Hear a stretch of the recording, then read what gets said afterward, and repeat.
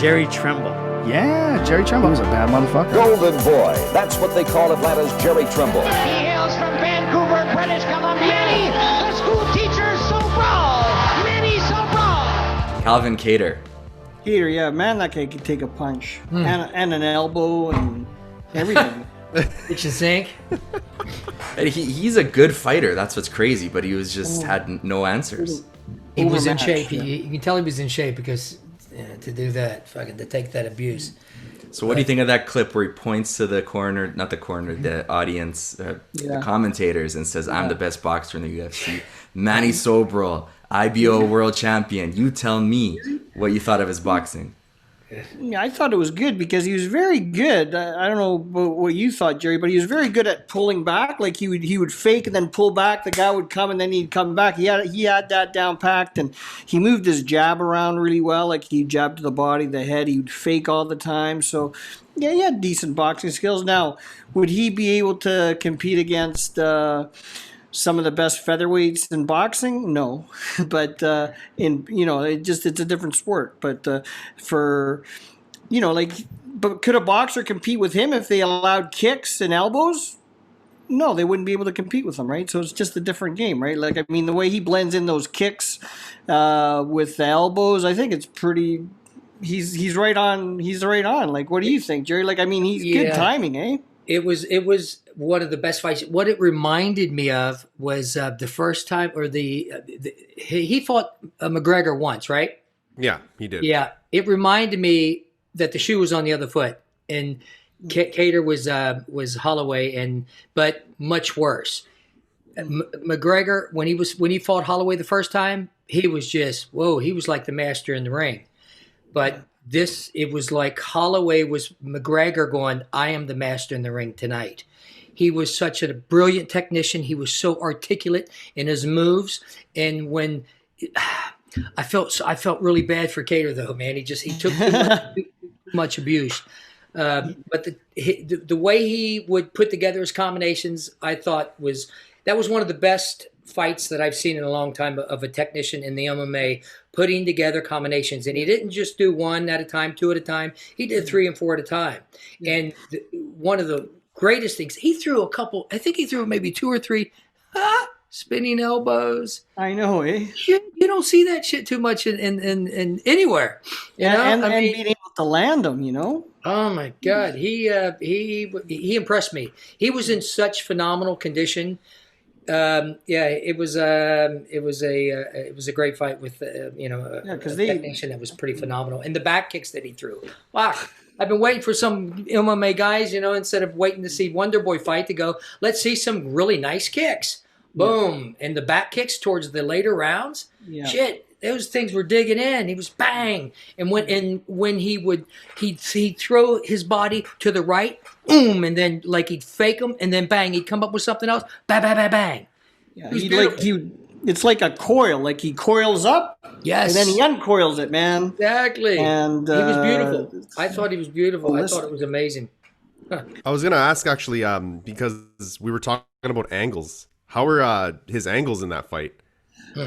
He was stepping over in the first round. I saw him stepping over to the right a lot, and then as the fight progressed, he got into the groove and he was in the pocket and things. But he was always feinting. Like you notice, like he'd always feint. He'd always be feinting, and he never, he was keeping Kattar on edge. Like he didn't know when the punches were coming, and that's what makes the guy brilliant like he is. Is he's very, very fluid with the fakes, and he mixes it up and down. He doesn't do the same thing over and over again. So it's very hard to track a guy like that. Timing was flawless. Yeah, his timing was beautiful. It was brilliant. He was up, down, all around. Yeah, and he gets all that because he was using his jab. If you notice, he's using his left hand to sort of keep the distance, and he had his right hand out to catch punches as they were coming, and he had the perfect distance, right? So yeah. Although Kattar landed some right hands, man, I got to give Holloway credit because he didn't take him flush on. He kind of rolled with him, but he's still taking them. Yeah. So tell me about that. So what happens where Kattar's landing, maybe 3, 4 in the whole fight, but big punches, and they kind of didn't do anything, especially by the later rounds? Do you think that's because at that point you just don't have it in you to really put the fight away, or is it more so what you're saying, the rolling and the technique of Max Holloway? What do you think, Jerry? Yeah, I think he was. I think he was frustrated. He had what it could take to do some damage to Holloway, even knock him out. And especially in the MMA, you just don't know, and it could go on. That's why they didn't stop the fight, because they knew the power that Holloway had, and the power that Kattar had. But when Holloway started getting cocky, I'm going, oh my God. That was. I don't know. That was pretty cocky. Kattar should. I was waiting for him to go in and just whoom and just nail him, which he could have, and he could have knocked him out. That's why his corner didn't stop the fight, because they knew he had the power to knock Holloway out if he landed. But I just thought he was frustrated. He was outclassed big time.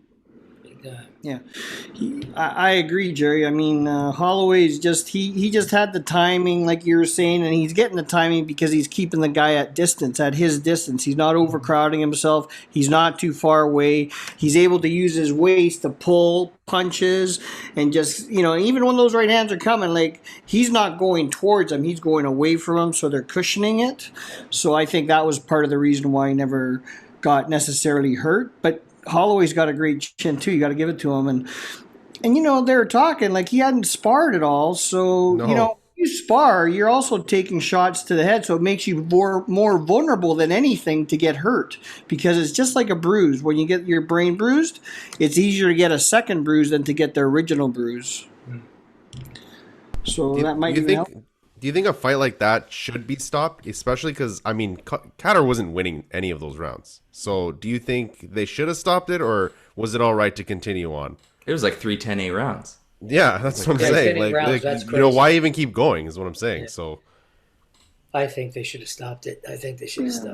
Yeah. They could have, but Kattar was fighting back though. You can't to stop a match when someone is throwing punches back and isn't totally looking for a way out. Like he's looking for a way to win rather than a way out, and that's what it appeared to me. Kattar was looking for a way to win, and there was some times that were kind of shaky there. He's taking a lot of shots, but. He kept fighting back, man. You can't take that away from a guy. That's the thing, right? Do you think some of Holloway's punches were not 100% just to be able to throw that volume? I didn't see a whole lot of power in his punches. I saw a lot of crisp punches and just nailing, and when he hit it was solid, but I didn't see knockout power in Holloway. I didn't. Yeah, it didn't look to me like Holloway was like sitting on his punches or trying to load up on him, but he was just trying to land them quick. He was so much faster. He was like one step ahead of Kattar, right? So that speed makes a difference, big time. And I think that made a big difference in that match. Was Holloway was just that much faster than Kattar, so his punches were getting there. Kattar's weren't. He broke him down. At one point, there was 110 shots to the head for Max Holloway. Yeah, no, he was impressive tonight. Yeah. So in terms of long-term effect.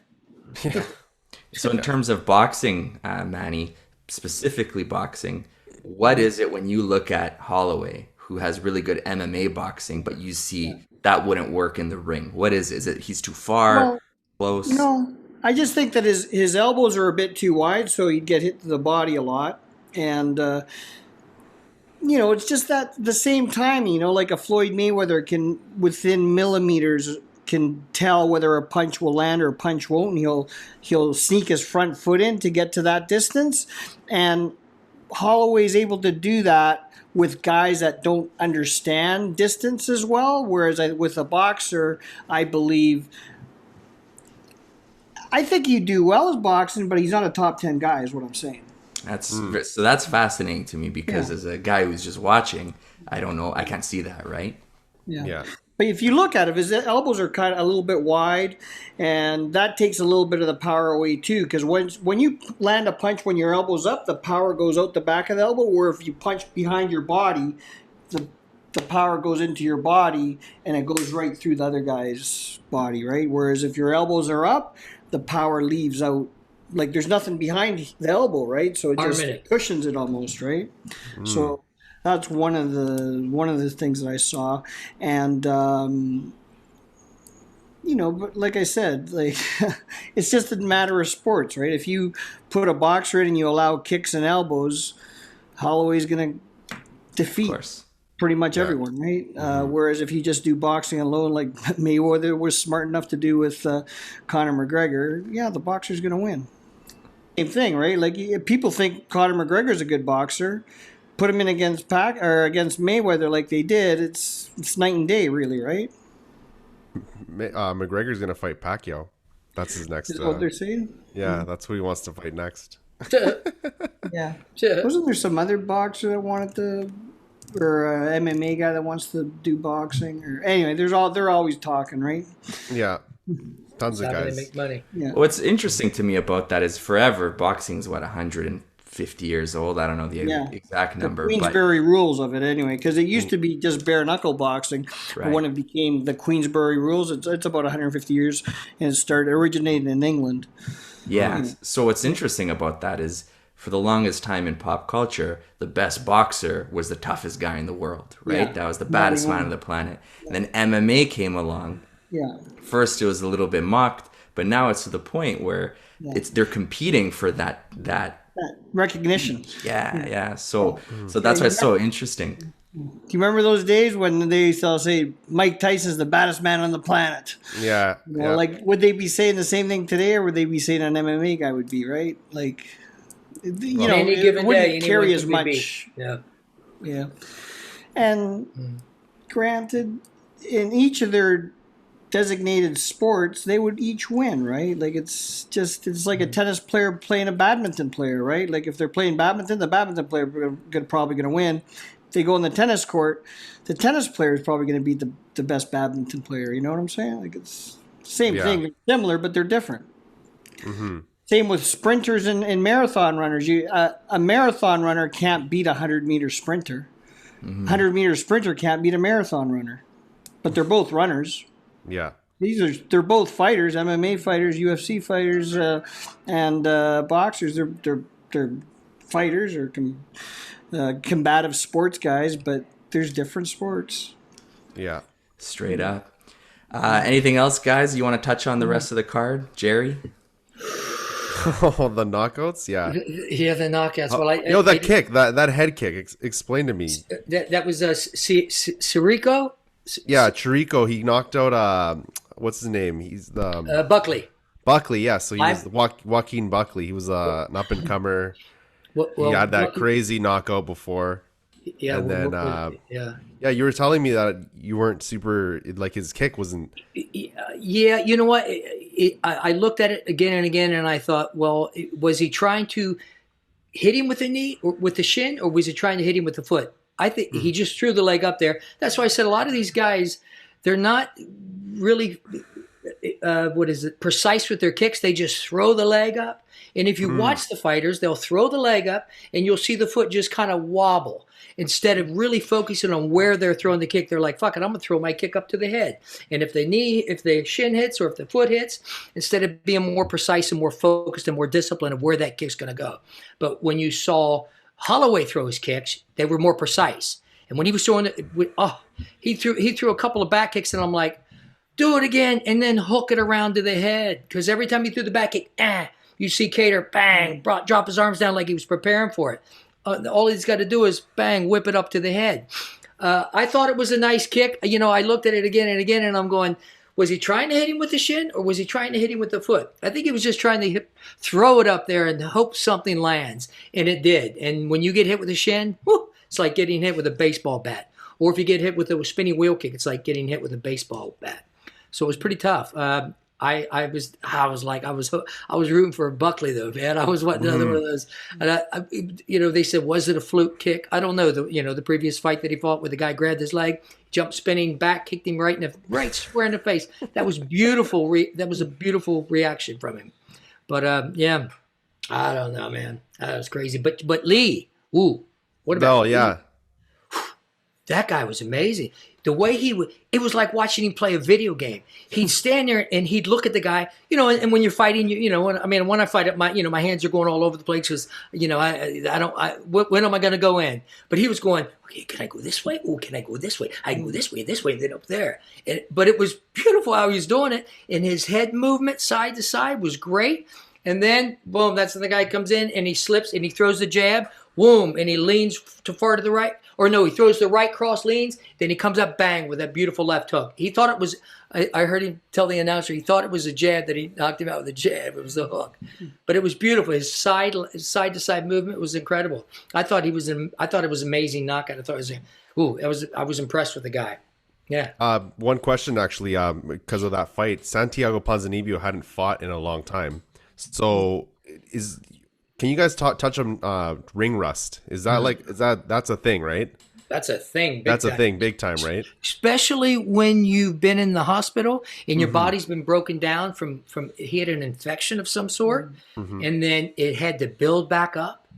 Whoa, I mean, that's crazy. What do you think, Manny? Ring rust. I believe if your body's gone through, like what you say, like there's some major difficulties, it's very hard to come back. Whereas some guys that stay away for a year, like I remember Holyfield, he used to only box like once a year, every year and a half. He had all that energy and everything because he was fresh and ready to go. But if you overextend it or if your body's going through some difficulties, I think it's a different story. So would you say that played a factor definitely for Ponzinibbio? I think it had. Yeah. I do definitely. The body was probably in shock, because it was going through a lot of hell, being in the hospital and just the infection, breaking down, having to heal itself, and then getting back into the ring. I felt bad for the guy. God, I feel bad for all these guys who get the shit kicked out of them. Why do they do it, man? It's like, well, I can imagine how Kattar's going to feel, and the long-term effect and the damage that's been done because he got hit so many times, Oh, respect to Kattar. He is a warrior, man. Jesus. Warrior, man. And then some. The fact that he went the 5 rounds, respect to that guy. God, he was tough. He's got a big heart. Yeah, holy smokes. Like Jake LaMotta, right? Something like that. Yeah. Raging Bull. What would you guys say to him if you were in his corner? What's the advice you give him? I would have said, I would have told him, just get busier, stick that fucking front kick out and just keep, boom, use it as a jab. Just keep it out there, keep drilling into the body with the front kick and then bang, go to the head. But he needed to stay busy. I thought he just felt outclassed. Yeah. I thought Kattar was more of a bit of a wrestler too. I was wondering why. I think the only time he really tried to take him down was in the second round. The rest of the fight was all standing up, wasn't it? Yeah. Yeah. I think that just goes to the mind, right? He was beaten and he tried once and it wasn't good enough, and then I don't know, right? I wonder if they get bonuses if Dana White's saying, you know what, the longer you stand up and you duke it out, better. Because in the beginning, when I was watching these fights, back in the day, that's my wife's like, it's to the ground. My wife's like, okay, that is just too obscene. What the hell are they doing, huggling? It just looks like But it was just ground fighting. And nowadays, man, it's stand-up city. Yeah. I don't know. I wonder if they get bonuses for just, if you keep it up, if you stand up, you get an extra, $500 out of it. Yeah. No, just kidding. Yeah. Well, those fight bonuses are nice, aren't they? Fight bonuses. 50 grand. 50 grand. So yeah. I don't know of any that are specifically about keeping the fight standing, but you hear a lot about fighters falling in love with their boxing, they say, especially wrestlers. And and it keeps things exciting, and who knows, maybe it's a competitive thing too, right? You don't want to concede that you're being outclassed on the feet. You think that's a possibility? Ego, competitive, Could be. Definitely. So I was just thinking about this because of the kicks, right? So maybe people throw that kick just kind of because you were saying people don't throw how Holloway was throwing his back kicks, right? People don't throw maybe the guy Chirico, he threw it as kind of keeping him at bay, and then it just ended up landing, right? Yeah. So a lot of time, because I'm starting to think now, a lot of these kicks are kind of like that. The guy's kind of going forward, and the guy's just backing up, and he just throws that high kick, and then boom, lands right on the head. And 90% of the time, when you see him throw the kick, you'll see the foot just the leg will just throw up and the foot's just wobbling all over the place. Yeah. So, you know, it's you know, when you're throwing it's like you're throwing a jab, it's boom, it's crisp, it's out there. Yeah. You know, you're not throwing a jab like this with your hand flicking out. That's watch it. Next time you just watch these kicks.